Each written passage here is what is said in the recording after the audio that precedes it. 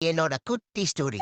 பொறக்கும் போதே பேட்மேனோட பேக்கப் மாதிரி பிறந்தனால எனக்கு பயம்னா என்னன்னே தெரியாதுன்னு வாழ்ந்தேன். அதே மாதிரி எங்க வீட்லயும் என்னை அன்பா, அரவணைப்பா, பாசமா, புரோட்டீன் எல்லாம் கொடுத்து வளர்த்துனாங்க. நானும் அப்பப்போ எனக்குள்ள பேட்மேன் பவர் இருக்கிறதா நினைச்சு பூனைகளை எங்க ஏரியால அசால்ட் பண்ண பாப்பேன். ஆனா எவனும் ஒரு இன்ச்சு கூட அசைய மாட்டானுங்க, ஒரு பஞ்சுக்கு கூட பதற மாட்டானுங்க. எல்லாரும் என்னை ஒரு காமெடியனா தான் பார்த்தாங்க. அப்புறம்தான் எனக்கே தெரிய வந்தது, உண்மையாவே நான் ஒரு காமெடி பீஸ் தான். அப்பதான் ஒரு முக்கியமான முடிவெடுத்தேன்.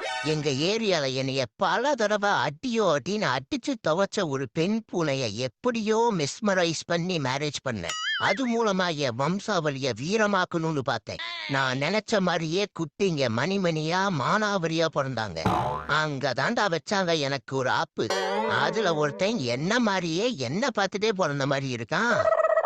சரி, பார்க்கதான் என்ன மாதிரி இருக்கான்னா ஆட்டிடியூடும் அப்படியே என்ன மாதிரியே இருக்குது.